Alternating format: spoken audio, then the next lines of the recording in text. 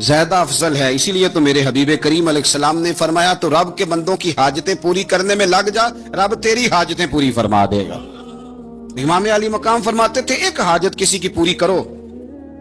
حضرت جناب سیدہ زینب بنت ابی رافع کہتی ہیں کہ سیدہ فاطمہ الزہرا ایک دن اپنے دونوں شہزادوں کو لے کے, جب حضور کی طبیعت مبارک بظاہر علیل تھی جس میں حضور کا وصال ہوا, دونوں شہزادے لے کے سیدہ فاطمہ نبی کریم کی بارگاہ میں گئی. کہنے لگی یا رسول اللہ میرے بچوں کو کچھ دیجئے سیدہ پاک. تو حضور اٹھ کے بیٹھ گئے, اس کندھے سے امام حسن کو لگایا اور اس سے امام حسین کو لگایا اور فرمایا فاطمہ یہ جو میرا حسن ہے نا اس کو میں اپنی ہیبت اور سرداری دیتا ہوں, اور فرمایا یہ جو میرا حسین ہے نا حسین کو میں اپنی جرت اور سخاوت دیتا ہوں. میرا حسین جرت مند ہوگا اور سخی ہوگا.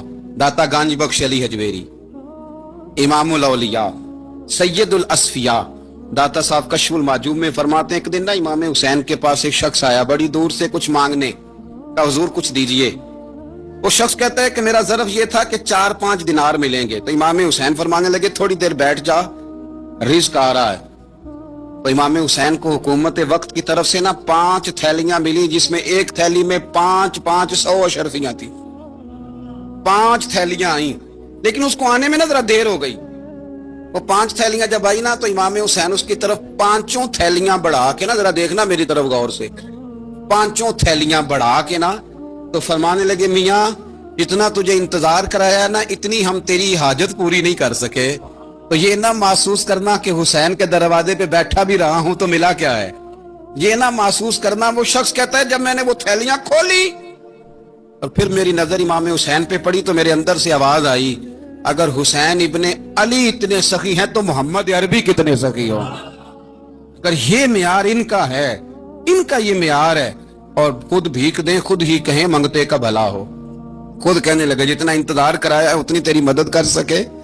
یہ سخاوت کا معیار تھا, یہ طریقہ تھا. ایک دفعہ سیدنا امام حسین رضی اللہ تعالیٰ عنہ کے گھر کے اندر نا 5000 دینار آئے.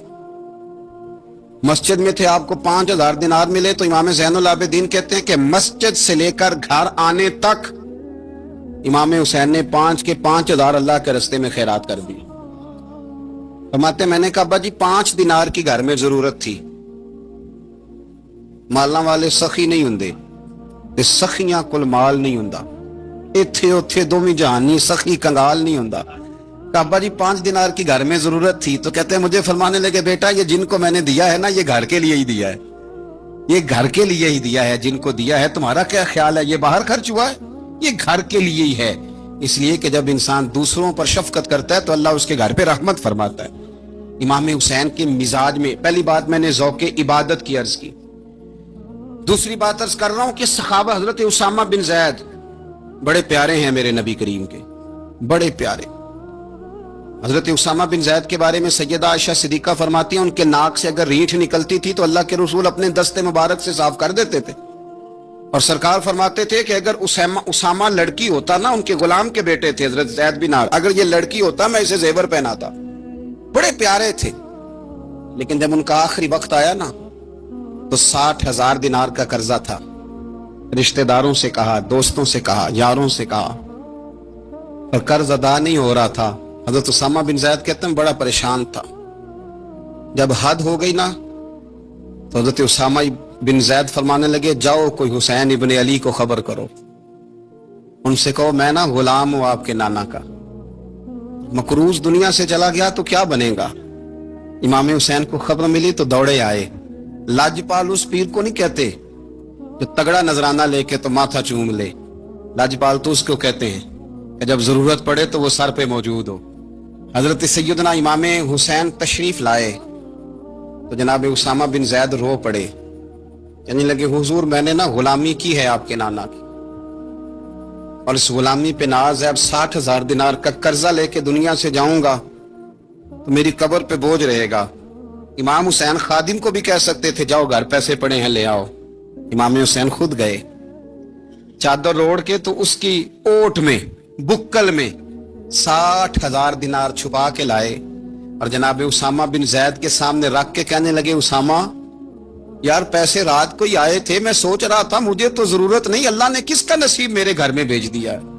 مجھے تو حاجت ہی نہیں تھی، اب پتہ چلا پیسے تیرے تھے۔ اللہ نے حسین کی ڈیوٹی لگائی ہے کہ جا کے دے آ۔ حضرت اسامہ بن زید رو پڑے، فرمانے لگے اللہ آپ کو بہترین صلہ عطا فرمائے۔ یہ معیار تھا۔ اور پھر تیسری بات یہ کہ دل کے بڑے صاف تھے۔ دل بدستاور کے حج اکبر است، از ہزاراں کعبہ یک دل بہتر است۔